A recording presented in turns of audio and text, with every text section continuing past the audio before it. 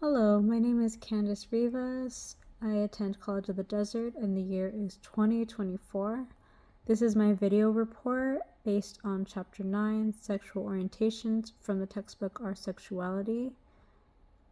The 4 elements from this chapter that I will be focusing on will be about a continuum of sexual orientations, societal attitudes regarding homosexuality, the gay rights movement, and coming out. Part 1, a spectrum of sexual orientation. Sexual orientation refers to someone's emotional, romantic, or sexual attraction to others and their sense of identity based on those attractions. This may pertain to sexual attraction that falls under homo or heterosexuality, bisexuality, pansexual, or asexual. But those are just a few examples. But there are countless sexual orientations someone could identify with. Sexual fluidity is the concept that someone's sexual orientation or identity can change or evolve over time. This is a visual of the Kinsey scale, which is the 7-point continuum created by Alfred Kinsey, made for his analysis of sexual orientation. The scale ranges from 0 to 6. This is pulled from the Our Sexuality book. This next page, the sexual orientation visual comes from osmosis.org, showing a great visual of some of the sexual orientations I previously mentioned. Sexual orientation, gender, or genders an individual is sexually romantically attracted to. Heterosexual is different gender, gay is same gender, bisexual 2+ genders. Pansexual is any gender, and asexual may not experience sexual attraction. Again, there are many more orientations, as these are just some of the more well-known. As stated, the terminology is continuously evolving, which is amazing for people of all ages to discover what best connects to themselves. Lastly, someone does not need experience or validation from anyone to identify with sexual orientation. For example, a bisexual woman can still identify as bisexual even if she is dating a man or has only had sexual or dating history with men. Part 2, societal attitudes regarding homosexuality. Homosexuality in cross-cultural perspective. Depending on the parts of the world, there are different societal attitudes towards homosexuality. Religious beliefs can play a huge role in the viewpoint of homosexuality. Some examples of religions that prohibit same-sex marriage are Roman Catholic Church, Islam, American Baptist churches, and United Baptist Convention, just to name a few. Homosexuality in many religions can be considered a sin that puts pressure on someone to convert to heterosexuality. As times evolve and change, though, there are more religions that are accepting and embracing of homosexuality. Some religious groups promote conversion therapy, with ministry groups combining religious teachings with group counseling. The American Psychological Association maintains that conversion therapy is, at best, ineffective. By 2014, 2 states, California and New Jersey, had banned the practice of conversion therapy for gay youth. In the mid-1900s, societal attitudes toward homosexuality shifted to falsely consider it a sin to a sickness, associating it to mental illness. In the 1800s, as late as 1951, horrifying procedures what were performed has a so-called cure for homosexuality. Psychotherapy, drugs, hormones, hypnosis, shock treatments, and eversion therapies have been used. In 1973, the American Psychiatric Association removed homosexuality from its diagnostic categories of mental disorders. This was able to have most therapies and counseling change its viewpoint of homosexuality, such as providing gay affirmative therapy to heal from internalized negative feelings about trauma over their sexual orientation and to cope with negative societal attitudes. creating a more accepting and healing space instead of a hostile one. Causes of homophobia and hate crimes. Homophobia is, by definition, the fear, hatred, discomfort with or mistrust of people who are in the queer community. Heterosexism is related to this as it refers to the belief that heterosexuality is superior, which can lead to harmful discrimination and stigma of people in the gay community.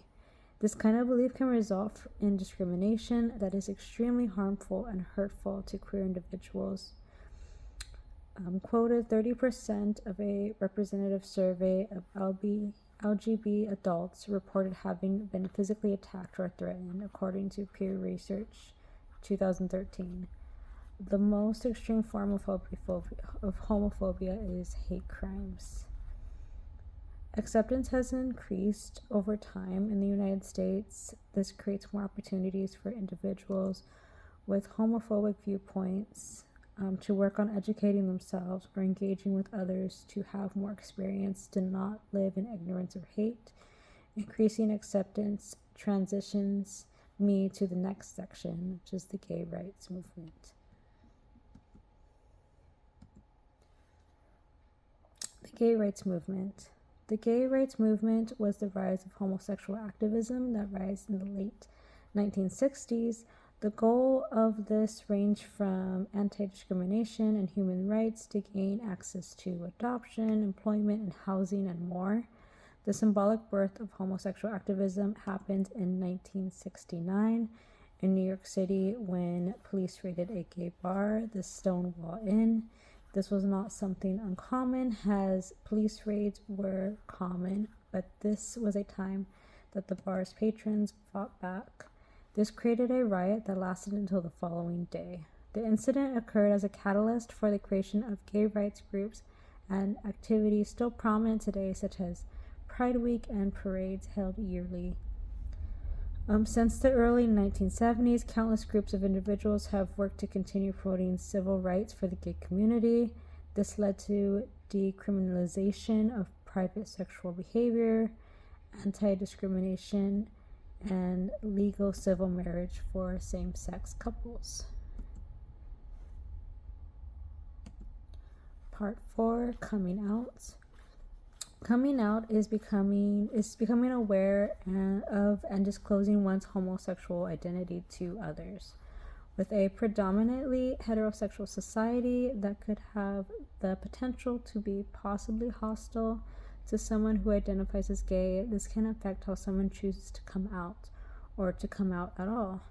This can also depend on someone's support system of friends and family to feel safe with who they choose to come out to. Not everyone has a safe environment or accessible resources to be able to truly express themselves or come out. Everyone's coming out journey may look differently at different ages or stages of their lives. Steps taken may be self-acknowledgement, self-acceptance, disclosure, and involvement in the gay community. The first step to coming out can be coming to the self-realization or discovery of sexual preference and what sexual orientation someone identifies with. Self-acknowledgement can be a freeing start to gaining self-acceptance if it is something they are initially struggling with. Self-acceptance can be difficult if there is deep-rooted shame or internalized negative stigma, if there is judgment from their own families or other sources of stress for people to come out and be reluctant to do so. When feeling safe to do so, self-acceptance can lead to positive growth and towards the next step, disclosure. Even with self-acceptance, someone can choose whether or not they want to disclose their sexuality. This is completely personal and should be done when and where they choose to, whereas being outed refers to someone else disclosing someone else's sexuality, which should not be done, because the only person who has the right to do so is themselves.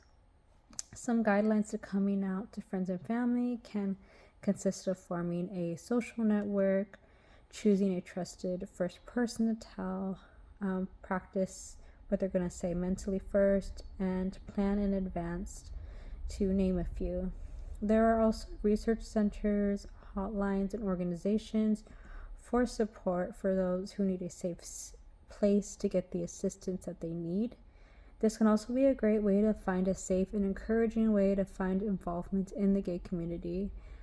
Being involved in the community can be a fantastic way for minorities to find a sense of belonging, acceptance, and affirmation, while also making an impact in a positive way. This was just a brief description of some of the aspects of sexual orientation that I believe will continue to grow and thrive as times are continuing to become more accepting, building a better community to live in and a very hopeful future. Below, I have listed some resources for mental wellness.